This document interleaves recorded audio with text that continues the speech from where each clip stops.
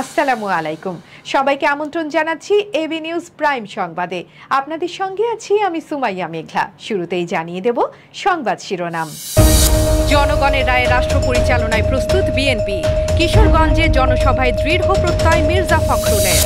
বাংলাদেশ সহ 9 দেশের উপর ভিসা নিষেধাজ্ঞা আরব আমিরাতের। 2026 থেকে কার্যকর হবে নতুন এই নির্দেশনা।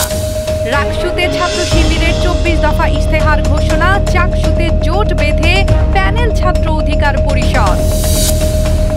কলকাতায় বাংলাদেশি ইলিশের বাজারে ভাটা, চড়া দামে আগ্রহ হারাচ্ছেন ক্রেতারা। সাইবার হামলায় বিপর্যস্ত ইউরোপের আকাশপথ, শত শত ফ্লাইট বাতিলে বিপাকে যাত্রীরা। আর্থিক সংকটে ব্যয়সীমা কমিয়েছে স্প্যানিশ জায়ান্ট বার্সেলোনা। ক্রিকেট দলের নির্বাচক হলেন হাসিবুল হোসেন শান্ত। দর্শক, এতক্ষণ শুনছিলেন শিরোনাম, এখন বিস্তারিত। বিএনপির মহাসচিব মির্জা ফখরুল ইসলাম আলমগীর বলেছেন, এদেশের উন্নয়ন, গণতন্ত্র, শিক্ষা, স্বাস্থ্য, অর্থনীতি সবকিছুতেই গুরুত্বপূর্ণ অবদান রেখেছে বিএনপি। নানা ষড়যন্ত্র, নির্যাতন, হামলা মামলার মাধ্যমে ধ্বংস করতে চাওয়া হলেও দলটি ফিনিক্স পাখির মতো বারবার নতুন করে মাথা তুলে দাঁড়িয়েছে। শনিবার কিশোরগঞ্জে বিএনপির ত্রিবার্ষিক সম্মেলনে এসব কথা বলেন তিনি। মির্জা ফখরুল বলেন, এই বিএনপি উড়ে এসে জুড়ে বসেনি। বিএনপি এসেছে দীর্ঘ আন্দোলন, সংগ্রাম ও ত্যাগের মধ্য দিয়ে। দেশের সাধারণ মানুষের ভালোবাসা আর প্রত্যাশার প্রতিফলন ঘটিয়ে এ দল প্রতিষ্ঠা পেয়েছে, আর তাই চাইলেই কেউ এ দলকে বিলীন করতে পারবে না। তিনি বলেন, এদেশে যা কিছু ভালো সব বিএনপি দিয়েছে, আর যারা বিএনপিকে নিয়ে অপপ্রচার চালাচ্ছে তারাই একসময় দেশের স্বাধীনতা ও গণতন্ত্রের বিরুদ্ধে অবস্থান নিয়েছিল। এখন তারাই নানা মিথ্যা কথা বলে বেড়াচ্ছে। সম্মেলনে অন্যান্য নেতারা আরও বলেন, দেশের সার্বিক রাজনৈতিক পরিস্থিতি ক্রমেই জটিল হয়ে উঠছে। চলমান সংকট, দ্রব্যমূল্যের ঊর্ধ্বগতি, গণতন্ত্রহীনতা এবং বিচারহীনতার বিরুদ্ধে জনগণের ক্ষোভ তুঙ্গে। এই বাস্তবতায় বিএনপির নেতাকর্মীদের আন্দোলনের জন্য প্রস্তুত থাকার নির্দেশনা দেন মহাসচিব। সম্মেলনে দলের নতুন জেলা কমিটি গঠনের ঘোষণা দেয়া হয়। সময় নেতাকর্মীদের মাঝে উৎসাহ উদ্দীপনা লক্ষ্য করা যায়। আপনাদের কিশোরগঞ্জের অসংখ্য নেতাকর্মী অসংখ্যভাবে নির্যাতিত হয়েছেন। সহকর্মীবৃন্দ, আজকের এই সম্মেলন কোনো সাধারণ সম্মেলন নয়। এই সম্মেলন আজকে একটা 15 বছর পরে, ফ্যাসিস্টদের হাতে নির্যাতিত নিপীড়ন হওয়ার পরে, গণতন্ত্রকে ধ্বংস করার পরে, আমরা যখন ছাত্র জনতার আন্দোলনের মধ্য দিয়ে, বিএনপির অজস্র ত্যাগের মধ্য দিয়ে আমরা যখন একটা নতুন একটা সুযোগ সৃষ্টি করতে পেরেছি, সেই সুযোগকে কাজে লাগানোর সম্মেলন। আজকে আপনাদের মনে রাখতে হবে যে অনেক রক্তের বিনিময়ে, অনেক প্রাণের বিনিময়ে, অনেক ত্যাগের বিনিময়ে আজকে আমরা এই সুযোগ পেয়েছি। আমি আজকে শ্রদ্ধা জানাতে চাই। বাংলাদেশ সহ আরও 8টি দেশের উপর ভ্রমণ, কাজ ও ব্যবসায়িক ভিসায় সাময়িক নিষেধাজ্ঞা জারি করেছে সংযুক্ত আরব আমিরাত। 2026 সালের জানুয়ারি থেকে এই নিষেধাজ্ঞা কার্যকর হবে বলে একাধিক আন্তর্জাতিক সূত্র নিশ্চিত করেছে। এই তালিকায় থাকা অন্যান্য দেশগুলো হলো যথাক্রমে Afghanistan, Libya, Yemen, Somalia, Lebanon, Cameroon, Sudan এবং উগান্ডা। ইতোমধ্যে এসব দেশের নাগরিকদের নতুন করে ভিসা আবেদন গ্রহণ ও পূর্বের আবেদন বাতিল করার প্রক্রিয়া শুরু করেছে আমিরাত সরকার। যদিও সংযুক্ত আরব আমিরাতের সরকারি ওয়েবসাইট বা পররাষ্ট্র মন্ত্রণালয়ের পক্ষ থেকে এই বিষয়ে আনুষ্ঠানিক কোনো বিবৃতি এখনো পাওয়া যায়নি। তবে আফ্রিকান দেশ উগান্ডার পররাষ্ট্র প্রতিমন্ত্রী ওরিয়েম হেনরি ওকেলো এক সাক্ষাৎকারে ভিসা নিষেধাজ্ঞার বিষয়টি নিশ্চিত করেছেন। নিষেধাজ্ঞার পেছনে সুনির্দিষ্ট কোনো কারণ প্রকাশ না করা হলেও নিরাপত্তা, অভিবাসন নীতিমালা ও জনস্বাস্থ্য সম্পর্কিত মূল্যায়নের কারণেই এমন সিদ্ধান্ত নেওয়া হয়েছে বলে ধারণা করা হচ্ছে। আমিরাত সরকারের পক্ষ থেকে বলা হয়েছে, ভবিষ্যতে পরিস্থিতি পর্যালোচনা করে সিদ্ধান্ত পুনর্বিবেচনা করা হতে পারে। বিশ্লেষকরা বলছেন, কিছু দেশের নাগরিকদের অবৈধভাবে কাজ করা, ভিসা জালিয়াতি ও কিছু নিরাপত্তাজনিত ঘটনা আমিরাত সরকারকে কঠোর সিদ্ধান্ত নিতে বাধ্য করেছে। বাংলাদেশ সহ তালিকাভুক্ত বেশ কিছু দেশের প্রবাসীরা দীর্ঘদিন ধরে সংযুক্ত আরব আমিরাতে প্রায় 12 লাখেরও বেশি বাংলাদেশি বৈধভাবে কাজ করছেন। রাজশাহী বিশ্ববিদ্যালয় কেন্দ্রীয় ছাত্র সংসদ তথা রাকসু নির্বাচনে ইসলামী ছাত্র শিবির সমর্থিত সম্মিলিত শিক্ষার্থী জোট 24 দফা দফা ইশতেহার ঘোষণা করেছে। এতে নারীর নিরাপত্তা, আবাসন, গবেষণা, আধুনিকায়ন, বিশেষ চাহিদা সম্পন্ন শিক্ষার্থীদের অধিকার সহ নানা সংস্কারের প্রতিশ্রুতি দেওয়া হয়েছে। বিশ্ববিদ্যালয়ের শহীদ বুদ্ধিজীবী চত্বরে এ ইশতেহার ঘোষণা করেন প্যানেলের সহসভাপতি বা ভিপি প্রার্থী মোস্তাকুর রহমান জাহিদ।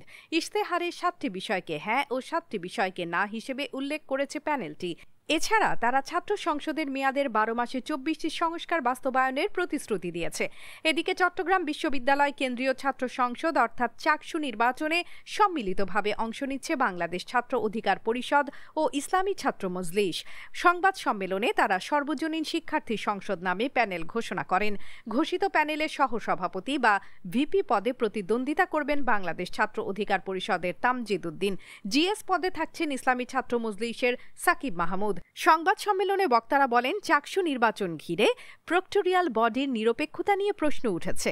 দুই সংগঠন জানিয়েছে তারা শিক্ষার্থীদের স্বার্থ রক্ষা, গণতান্ত্রিক চর্চা ও ক্ষমতার বিকেন্দ্রীকরণের লক্ষ্যে কাজ করতে চাইছে। সর্বজনীন শিক্ষার্থী সংসদ নামটি বেছে নেয়ার কারণ হিসেবে তারা বলেন, এটি সব মত, পথ ও অংশীজনকে অন্তর্ভুক্ত করার প্রতিশ্রুতি বহন করে। ইশতেহারগুলো পরবর্তীতে আপনাদেরকে অবশ্যই জানিয়ে দেব। আমি সকলের নামগুলা এখন ঘোষণা করছি। নির্বাহী সদস্য পদে নির্বাচন করবেন সালমান মাহমুদ সজীব।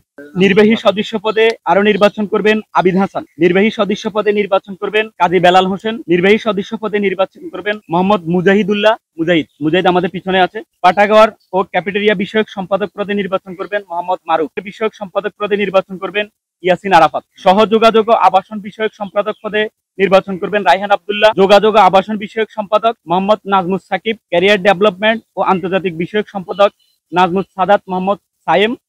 মুক্তিযুদ্ধ ও গণতান্ত্রিক আন্দোলন বিষয়ক সম্পাদক জিয়াউদ্দিন সায়েম। স্বাস্থ্য বিষয়ক সম্পাদক জহিরুল ইসলাম। সমাজসেবা ও পরিবেশ বিষয়ক সম্পাদক মেহেদি হাসান। গবেষণা ও উদ্বোধন বিষয়ক সম্পাদক তহিদুল ইসলাম।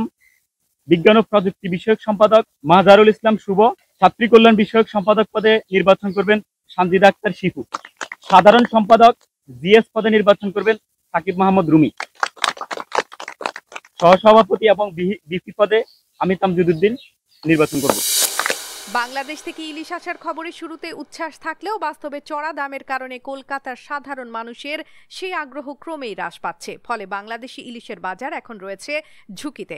আমদানিকারকরাও ভাবনায় পড়েছেন, এভাবে চললে বাংলাদেশ থেকে আর ইলিশ আনা আদৌ লাভজনক হবে কিনা। এ সপ্তাহে কলকাতার বেশ কয়েকটি বাজারে বাংলাদেশি ইলিশ উঠলেও বিক্রি আশানুরূপ হয়নি।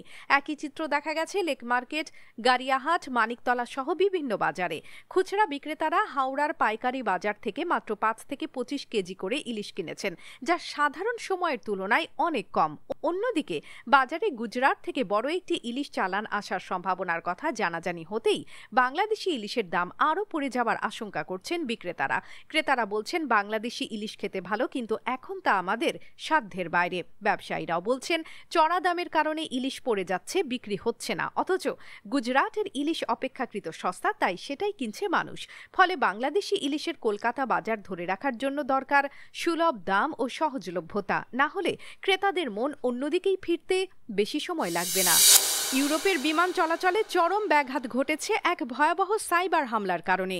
বিশ্বের অন্যতম অ্যাভিয়েশন সেবাদাতা প্রতিষ্ঠান কলিন্স অ্যারোস্পেসের ওয়েবসাইটে হামলার ফলে লন্ডনের হিথ্রো, বেলজিয়ামের ব্রাসেলস এবং জার্মানির বার্লিন সহ একাধিক গুরুত্বপূর্ণ আন্তর্জাতিক বিমানবন্দরে বিমানের চেক ইন ও বোর্ডিং পরিষেবা বন্ধ হয়ে গেছে। এর ফলে শত শত ফ্লাইট বাতিল করতে বাধ্য হয়েছে এয়ারলাইন্সগুলো। যাত্রীদের মধ্যে দেখা দিয়েছে তীব্র হতাশা ও ক্ষোভ। ঘটনার পর কলিন্স অ্যারোস্পেস এক বিবৃতিতে প্রযুক্তিগত ত্রুটির কারণে সিস্টেম সাময়িকভাবে বিকল হয়েছে বলে জানিয়েছে। আমাদের টিম এটি পুনরুদ্ধারে কাজ করছে, জানান তারা। তবে ভুক্তভোগী বিভিন্ন সূত্র ও প্রযুক্তি বিশ্লেষকদের মতে এটি একটি পরিকল্পিত সাইবার হামলা, যা প্রতিষ্ঠানটির তথ্য নিরাপত্তার দুর্বলতা স্পষ্ট করে তুলেছে। এই হামলা সামনে এনেছে একটি গুরুত্বপূর্ণ প্রশ্ন: আধুনিক বিমান চলাচল কতটা নিরাপদ প্রযুক্তির দিক থেকে? বিশ্লেষকরা বলছেন, ভবিষ্যতে সাইবার নিরাপত্তা আরও জোরদার না করলে এমন হামলা বিশ্বব্যাপী বিমান চলাচলে মারাত্মক বিপর্যয় ঘটাতে পারে।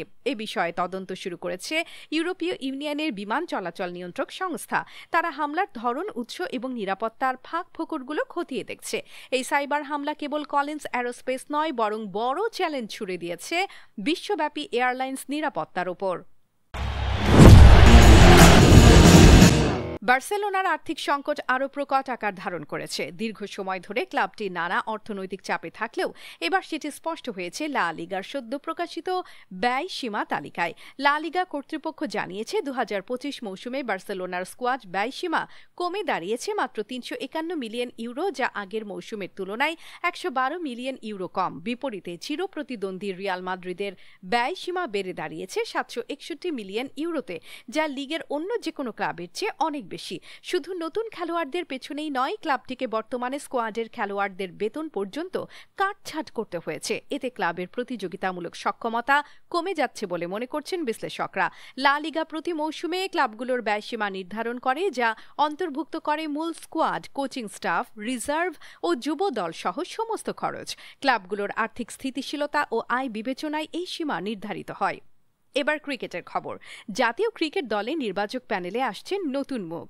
গাজী আশরাফ হোসেন লিপু এবং আব্দুর রাজ্জাক বর্তমানে 2 সদস্যের দল হিসেবে কাজ চালিয়ে আসছেন। প্যানেলটি 3 সদস্যের হলেও হান্নান সরকার ফেব্রুয়ারিতে পদত্যাগ করার পর থেকে তার জায়গা খালি পড়ে রয়েছে। গত 7 মাস ধরে লিপু ও রাজ্জাক দুইজনই জাতীয় দল, এ দল এবং হাই পারফরম্যান্স ইউনিটের দল নির্বাচন সহ নানা দায়িত্ব একসাথে পালন করছেন। এবার হাসিবুল হোসেন শান্তকে অন্তর্ভুক্ত করতে যাচ্ছে বিসিবি।